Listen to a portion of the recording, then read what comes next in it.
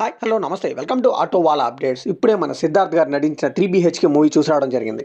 So ఈ movie trailer కట్టేది చాలా ఇంప్రెసివ్గా అనిపించిందండి. ప్రతి మిడిల్ క్లాస్ వాళ్ళకి ఈ మూవీ కనెక్ట్ అవుతుందేమో అని నాకు అనిపించింది.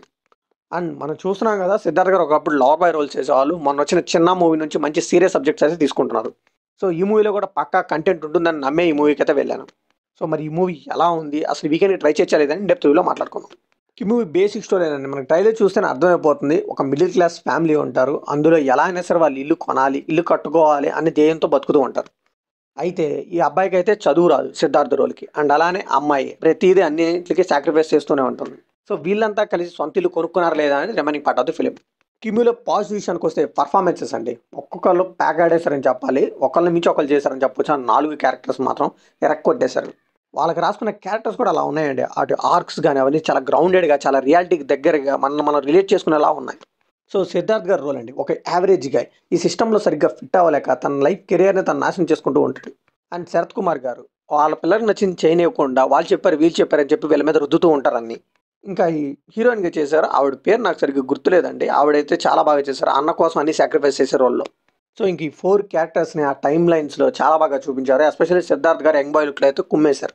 ఇంకా శరత్ కుమార్ గారు కానీ, దేవియాని గారు కానీ, వీళ్ళ మేకప్ కూడా చాలా బాగా కేర్ తీసుకున్నారు.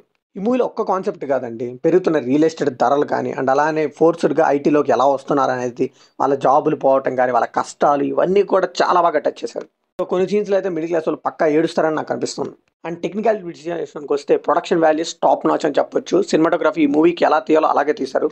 అండ్ బీజిఎం అండి చాలా సీన్స్ని అప్లిఫ్ట్ చేసిందని చెప్పొచ్చు బీజిఎం అయితే. మూవీలో పాజిటివ్స్ అయినా నెగిటివ్స్ లేవంటే నెగిటివ్స్ కూడా ఉన్నాయండి. మనకు మూవీ ఉంటుంది చూసారా తెలుగులో, అమ్మో ఒకటో తారీఖు అని ఎల్బీ శ్రీరామ్ గారిది. ఆ మూవీ టైప్లో నాకు కూడా అనిపించిందండి. ఎందుకంటే ఎన్ని కష్టాలు పెడతారా, ఇంకా ఎన్ని ఎన్ని ఎన్ని అనే డైలాగ్ అయితే బాగా గుర్తొచ్చింది. బాబోయ్ చూసేవాడికి మనకే కన్నీళ్ళు వచ్చేస్తాయండి, అన్ని కష్టాలు పెడతారు. ఇంకెంతసేపు రా బాబు, వీళ్ళకంటూ హ్యాపీ లైఫ్ ఉండదా అనిపిస్తుంది. సో మనకైతే కొద్దిగా కూడా బ్రీత్ తీసుకోవడానికి ఇవ్వరండి. కష్టం వెనకాల కష్టం, కష్టం వెనకాల కష్టం వస్తూనే ఉంటుంది వాళ్ళకి. అండ్ ప్రతి క్యారెక్టర్ కూడా వేరే వాళ్ళని బ్లేమ్ చేస్తూనే ఉంటారు. సో ఆ గొడవలు జరుగుతూనే ఉంటాయి. 1-2 అంటే పర్లేదు, మరీ మూవీ అంతా అవే పెట్టేసరికి కొద్దిగా నేనైతే ఇరిటేట్ ఫీల్ అయ్యాను. అట్లీస్ట్ మధ్యలో మనం కొద్దిగా బ్రీత్ తీసుకోవడానికి కొద్దిగా కామెడీ ట్రాక్ యాడ్ చేసిన చాలా బాగుండేది అనిపించింది. సో ఫైనల్గా ఈ మూవీకి మనం ఇచ్చే బట్టి ఏంటంటే ఇట్స్ ఏ గుడ్ మూవీ అని చెప్పొచ్చు అండి. ఎస్పెషల్లీ టూ మచ్ ఎమోషన్స్ అని చెప్పొచ్చు.